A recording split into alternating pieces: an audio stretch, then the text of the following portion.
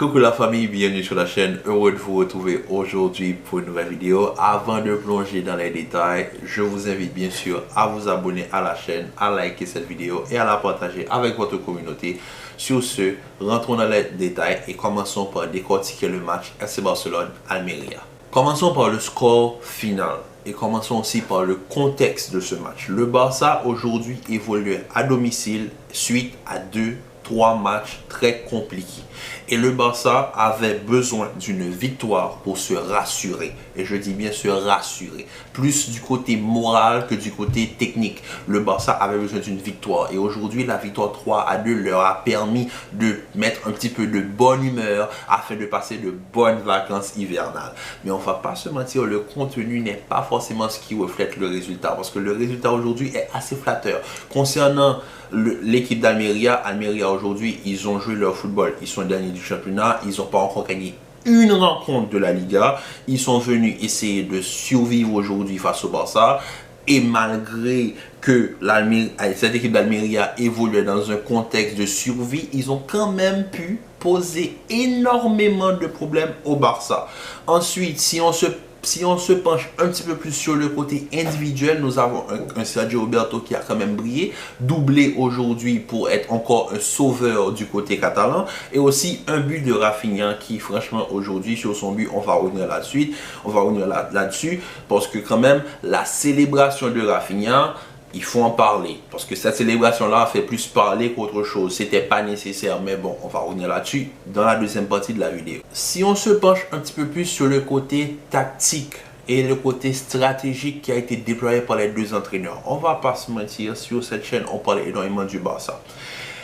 Mais j'ai l'impression, et dites-moi si je me trompe ou si je suis le seul à penser comme ça, j'ai l'impression que Xavi essaie d'imposer un football à des joueurs qui ne sont pas faits pour ce type de football.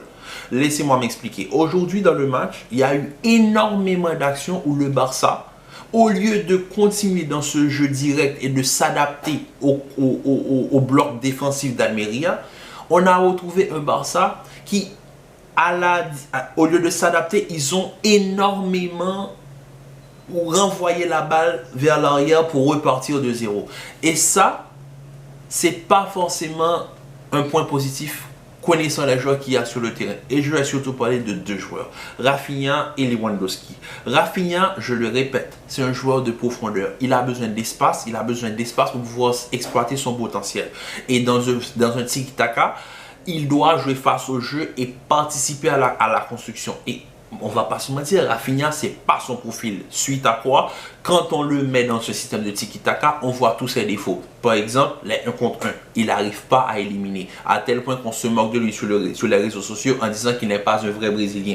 Mais je vous dis, Rafinha, c'est son profil. Rafinha, tu le mets dans une équipe qui a un football beaucoup plus direct. Peut-être que là, son potentiel sera décuplé. Mais dans un système où il faut être vraiment scolaire et revenir en arrière quand il n'y a pas de solution, je pense que là, non. Le football imposé par Xavi peut être bon, mais il faut les joueurs pour. Malheureusement, il y en a 2 sur la liste qui ont fait tâche.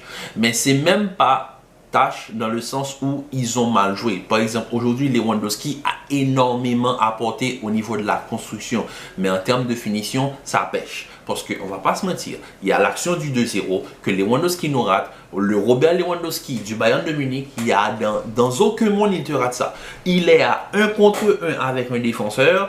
Il y a lui, le défenseur et le gardien. Le but est grand ouvert. Lewandowski laisse passer la balle pour allumer le deuxième poteau. Ce contrôle-là lui coûte l'action, mais en même temps, ce contrôle-là, c'est un contrôle très très intelligent permettant de déstabiliser le défenseur. Malheureusement, il se la ramène bien sur son pied gauche.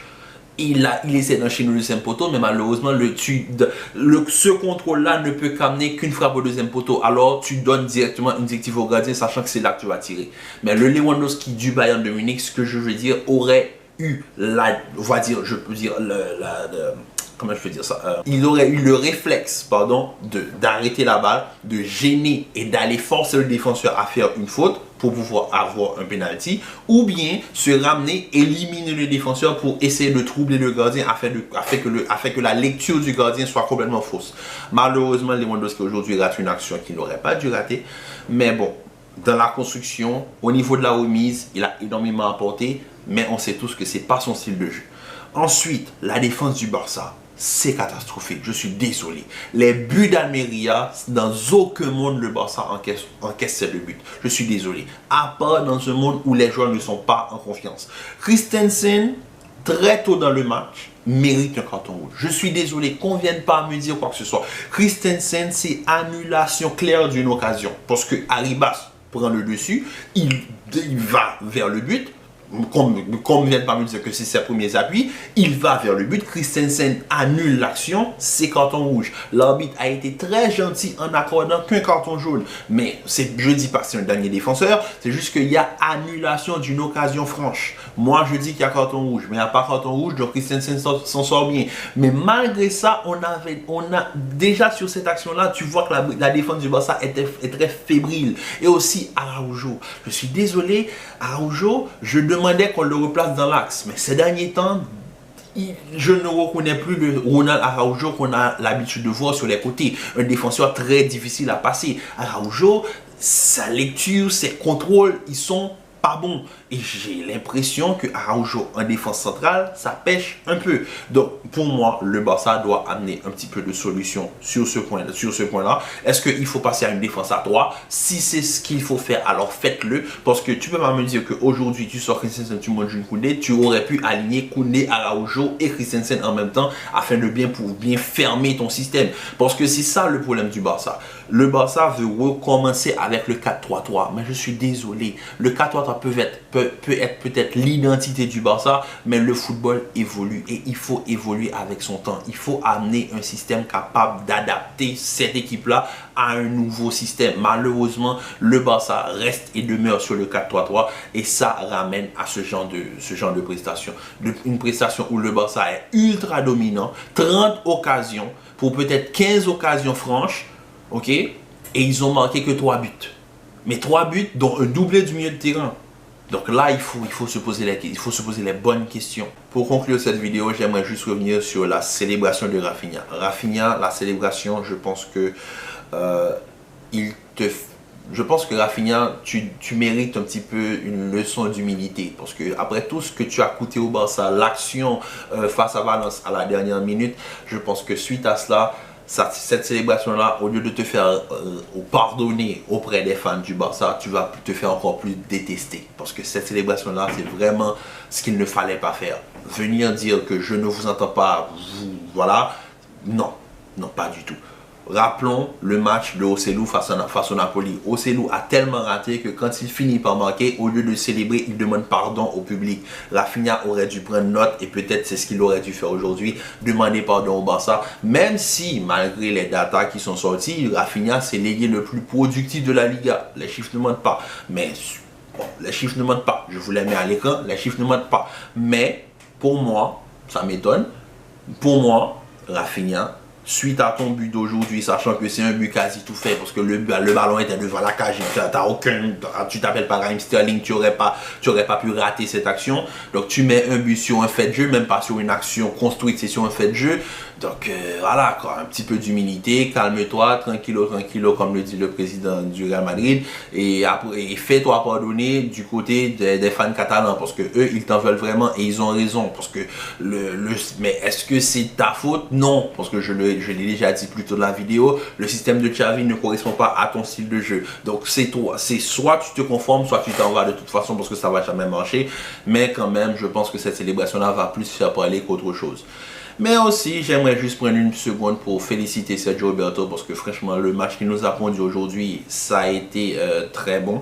Je pense que ça a été l'homme du match, même si à la fin, c'est le gardien d'Almeria qui a été nommé l'homme du match. Mais pour moi, à mon avis, Sergio Roberto, c'est l'homme du match. Donc dites-moi en commentaire qui aurez-vous choisi pour être l'homme du match aujourd'hui. Performance collective aboutie. La possession, ils l'ont eu. La défense est toujours aussi catastrophique. Donc ça fait un petit peu peur. Je pense que le Barça doit se renforcer. L'attaque, ça dépend sur quel point on le voit. Est-ce que Lewandowski est plus utile à la création qu'à la finition? Est-ce que Xavi va juste se contenter de cela? J'en doute. Donc, il se peut qu'au mois de janvier, le prochain match du Barça, ce ne soit pas Lewandowski qui soit titulaire. Peut-être ce sera Victor Roque. Bon, du moins, on l'attend. J'aimerais voir ce que Victor Roque pourrait offrir au Barça. Mais aussi, moi, j'attends le retour de ce championnat en janvier et voir ce que le Barça va pouvoir faire sur le mercato hivernal afin de renforcer leur rang. Donc, sur ce, la famille, prenez soin de vous, commentez, likez, partagez. J'espère que ce nouveau format un petit peu détaillé par partie vous fera plaisir. On va tout faire pour essayer d'améliorer le contenu parce que vous le méritez. Et je vous dis à demain pour la vidéo concernant le match du Real Madrid. Donc prenez soin de vous, commentez, likez, partagez, restez en paix en santé. Je vous dis à demain pour une nouvelle vidéo.